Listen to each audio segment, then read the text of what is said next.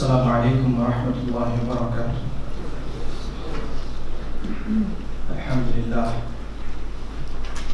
لله رب العالمين، ولا عاقبة للمتقين، ولا عدوان إلا على الظالمين، ولا إله إلا الله إله الأولين والآخرين، قيوم السماوات والأراضين، الذي لا فوز إلا في طاعته، ولا عز إلا في التذلل لعظمته، ولا غنى إلا في الافتقار إلى رحمته.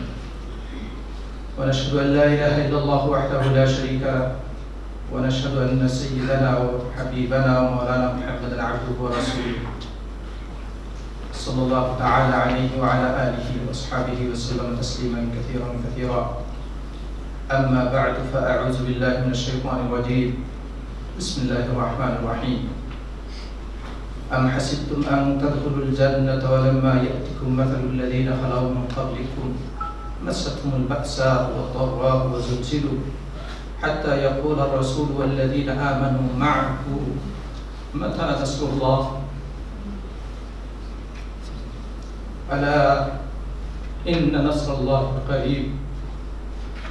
اللهم صل على محمد وعلى آل محمد كما صليت على إبراهيم وعلى آل إبراهيم إنك حميد مجيد.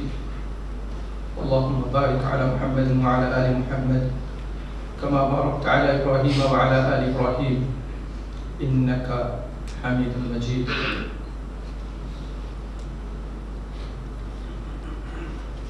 Lonely অরফান কর্তৃক আয়োজিত আজকের এই বিশেষ সেমিনারের সম্মানিত সভাপতি, উপস্থিত জাতির কর্ণধার, জাতির বিবেক মোহতারাম উলামায়ে কেরাম, সর্বস্তরের জনতা, আমরা আজ বাকরুদ্ধ। এই ভিডিও দেখার পর আমার জন্য এটা অনেক কঠিন মনে হচ্ছে যে আমি আপনাদের সামনে কথা বলতে পারবো। একটাই আমাদের কথা সারা বিশ্বের কাছে, আজ কোথায় আজ বিশ্ব মানবতা? জাতিসংঘের জেনেভা কনভেনশনের এমন কোন অধ্যায় নেই যেটা সেখানে লঙ্ঘন হচ্ছে। যদি সেটাকে নরহত্যা বলা হয় সেটা বলা যাবে, যদি শিশু হত্যা বলা হয় সেটাও বলা যাবে। এমন কোন একটি ধারা নেই যে ধারাটা তারা সেখানে লঙ্ঘন করে দেয়।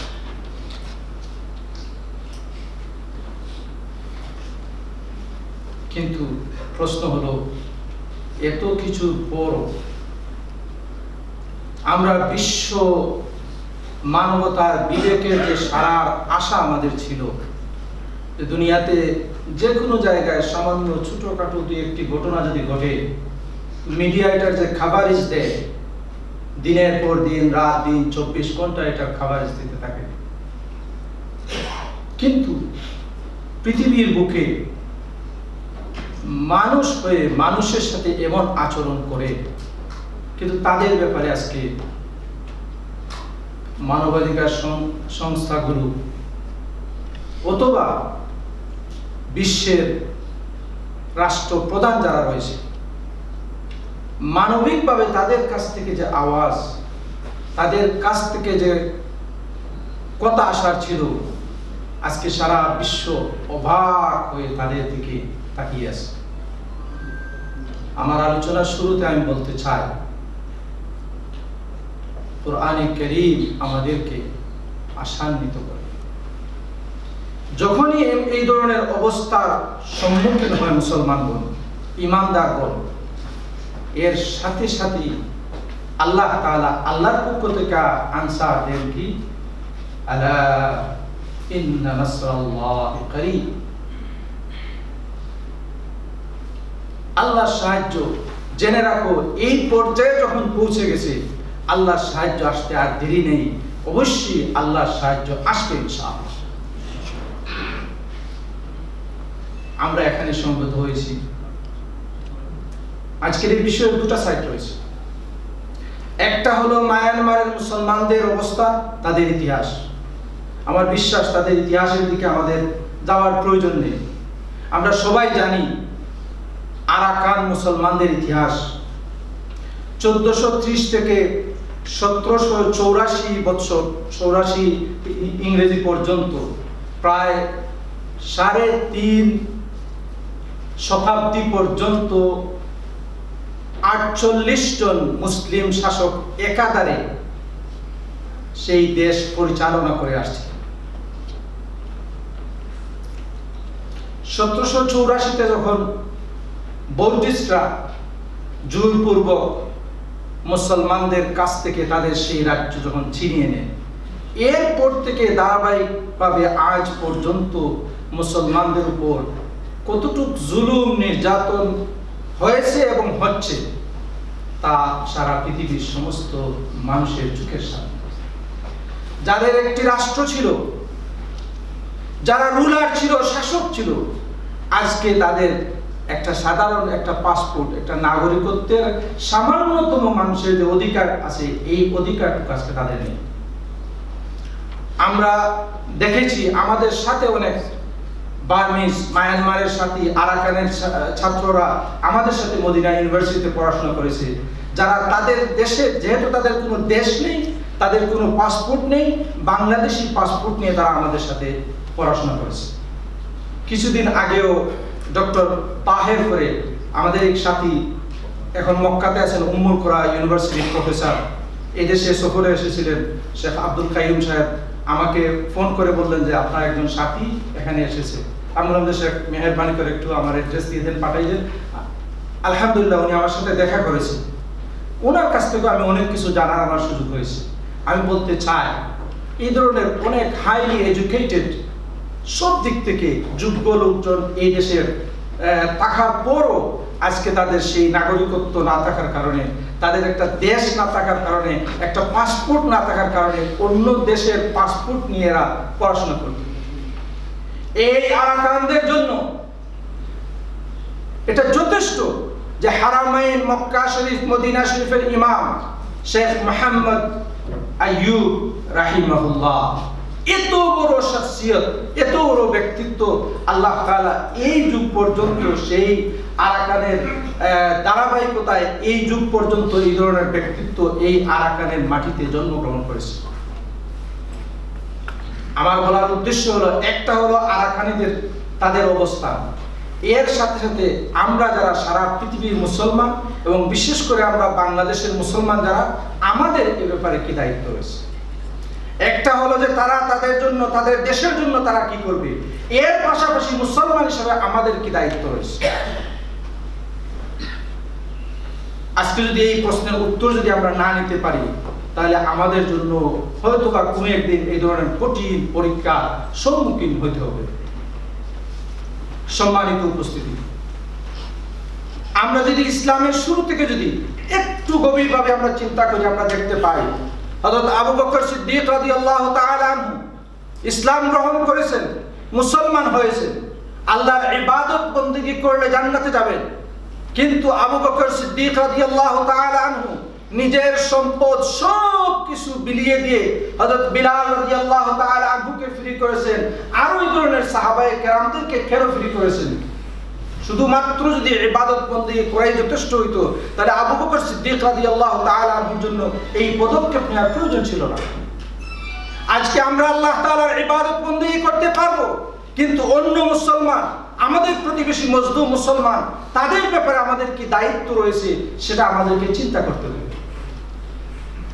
আল্লাহ তাআলা আমাদের জন্য সুযোগ করে দিয়েছে, তারা তাদের পরীক্ষা দিচ্ছে, কিন্তু আমাদের জন্য এই পরীক্ষার মাধ্যমে আল্লাহ তাআলা আমাদের জান্নাত ক্রয় করার, জান্নাতের অধিকারী হওয়ার সুযোগ আল্লাহ তাআলা করে দিয়েছে।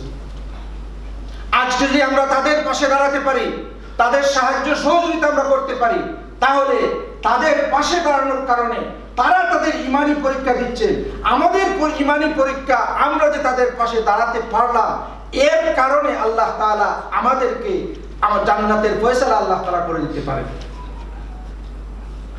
সময় অত্যন্ত সংক্ষেপ। আমি সবার কাছে একটি একটি আবদার রাখতে চাই যে মুসলমান হিসাবে সবার পরীক্ষা হয়েছে।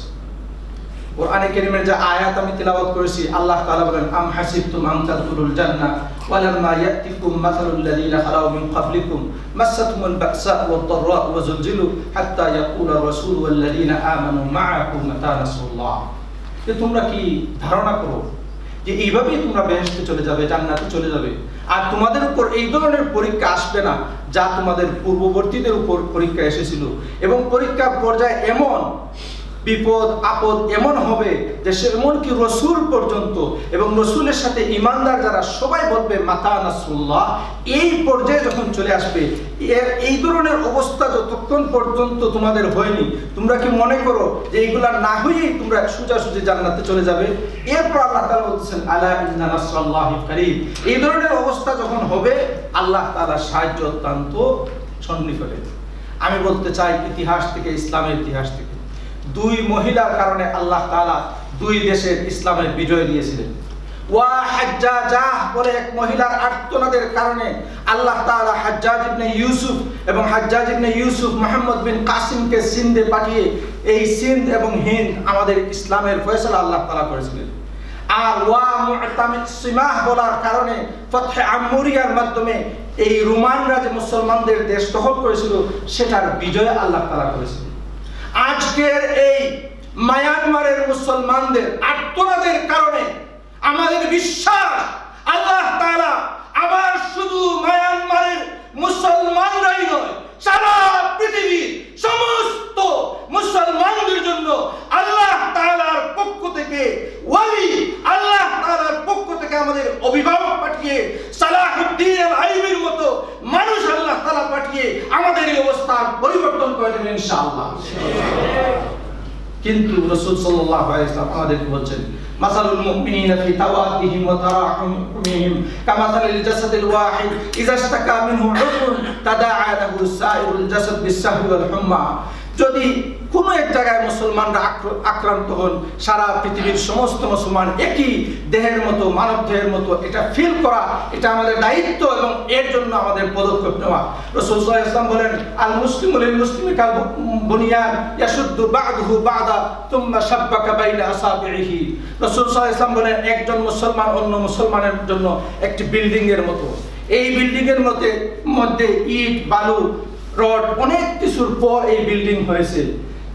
শত শত তালা বিল্ডিং হয়ে যায়, ইট বালু এগুলা যখন একত্রিত হয়, আর এগুলা যদি রাস্তার মধ্যে ফেলে দেওয়া হয়, এগুলার কোনো মূল্য থাকে না। আজকে আমাদের মধ্য থেকে দূরত্বকে সরাতে হবে। সারা পৃথিবীর সমস্ত মুসলমান তাওহীদের ভিত্তিতে আমরা এক হয়ে আমাদের মুসলমান ভাইদের পাশে আমাদেরকে দাঁড়াতে হবে। আল্লাহ তাআলা আমাদের সবাইকে যেভাবে তারা তাদের ঈমানি পরীক্ষা দিচ্ছে, আমাদের সবার ঈমানি পরীক্ষা হচ্ছে। আল্লাহ তাআলা কোরআনে আল্লাহ তাআলা ঘোষণা করেন, আলিফ লাম মিম আহাসিবান নাস আন ইউতরাকু আন ইয়াকুলু আমান্না ওয়া হুম লা ইফতানুন ওয়া লাকাদ ফাতান্নাল্লাযীনা মিন ক্বাবলিহিম ফালায়া'লামান্নাল্লাহু আল্লাযীনা সাদাকু ওয়া লা ইয়া'লামান্নাল কাযিবিন।